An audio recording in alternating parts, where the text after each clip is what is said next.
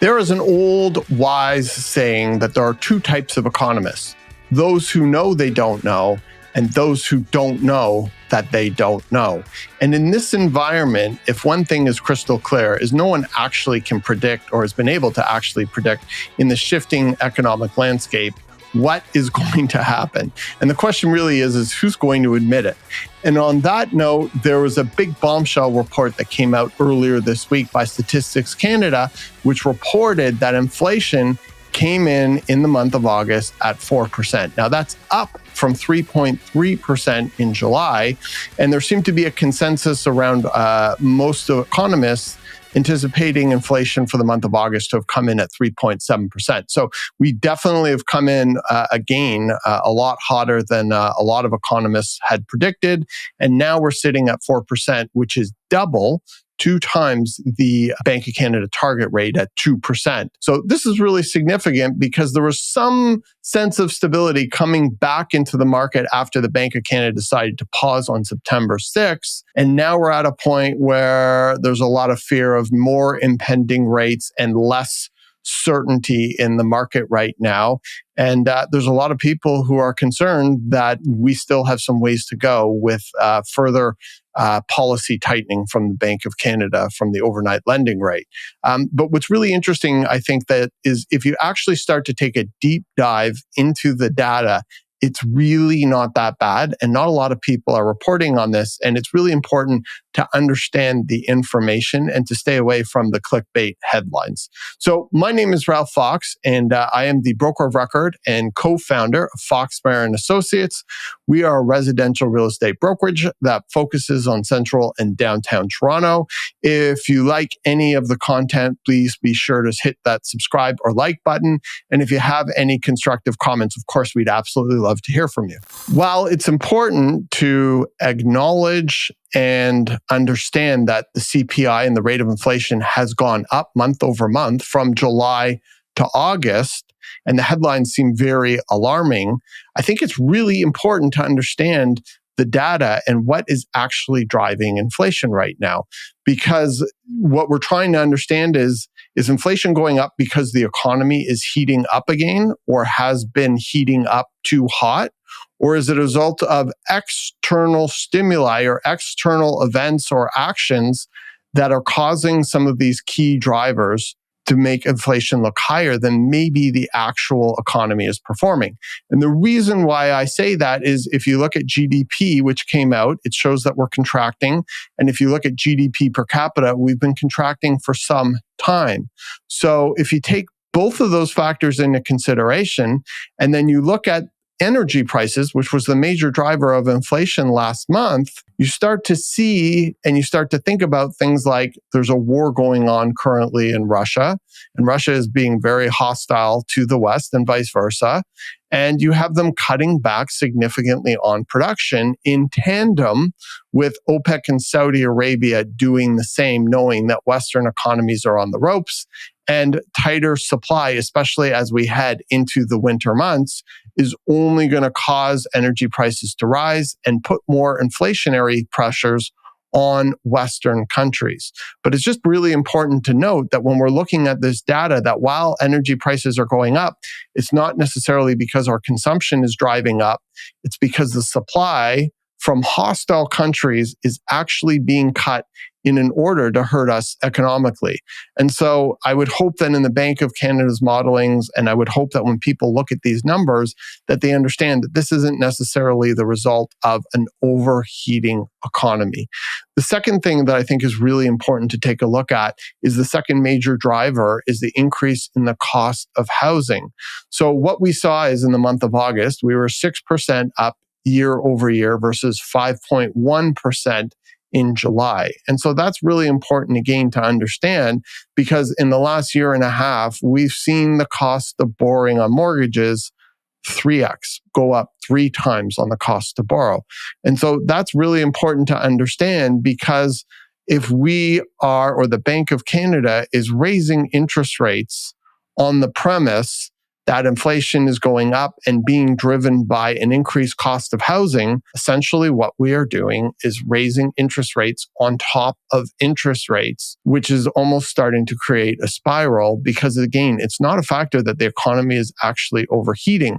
And I think one of the other narratives that people really don't address or really see much media talk about the media is that when interest rates go up, it also generally tends to affect rents. And so as interest rates and the cost to borrow is increasing, rents are trending up in tandem with those numbers, putting further pressure on the cost of housing.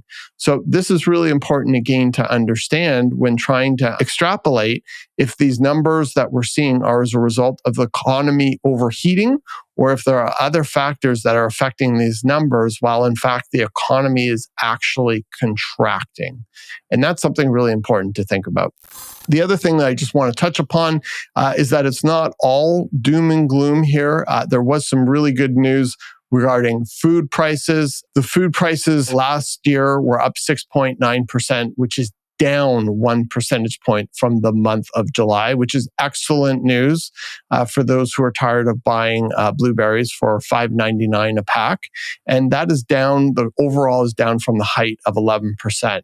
So it's really good to see those costs coming down. And on the political agenda narrative, there was a big meeting earlier in the week with the head of the major 5 grocery chain stores to see if they can work together in tandem with the government to help further bring those prices down. So it's really good to see that the cost of groceries is starting to come down and that there's actions, hopefully, I'm not sure what, but hopefully being taken to further that decrease in the foreseeable future.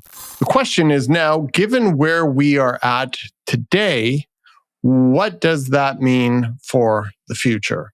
So one of the good ways to try and predict what may happen in the future is to look back at historical trends to similar type situations. And there was a really good graph that was put out by David Rubenstein, economist, which I thought was really interesting. And it basically falls in line with the narrative that at minimum, it takes 12 to 18 months before we even start to see the effects of interest rate hikes take effect in an economy. So we're going to pull up this chart, which we repurposed here to make it a little more clearer.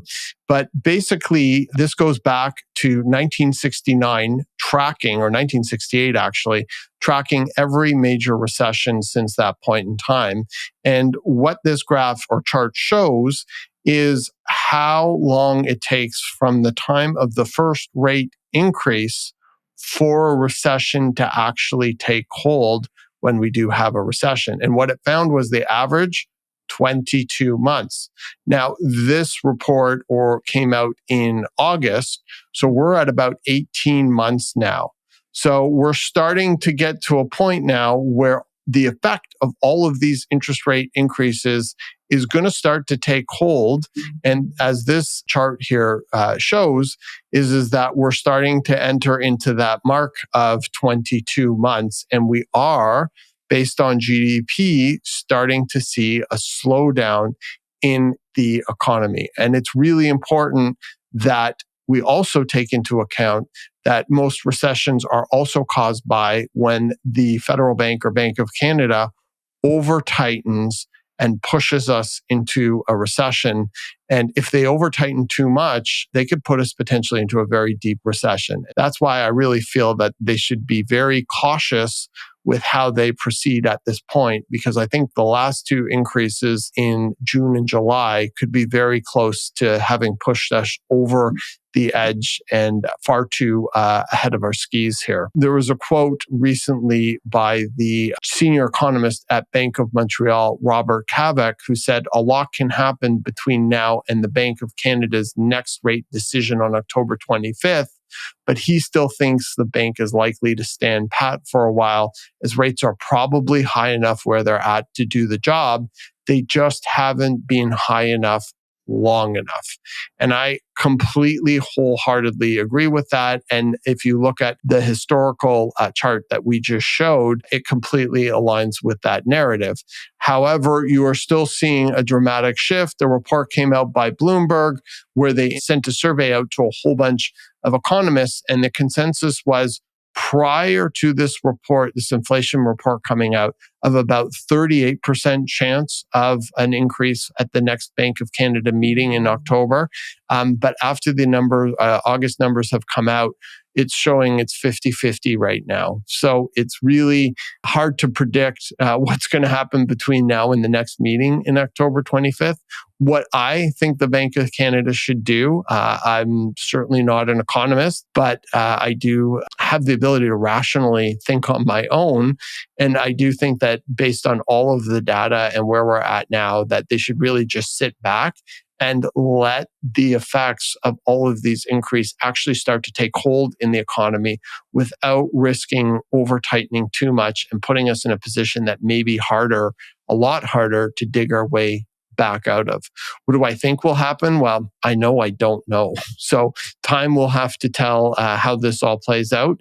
Never a dull moment, but often at times here, there's certainly lots to think and talk about, which makes it really exciting. My name again is Ralph Fox. And if you like this content, please be sure to smash that subscribe button down below. Also hit that like button. And if you have any comments, we'd absolutely love to hear from you. Thanks so much for watching.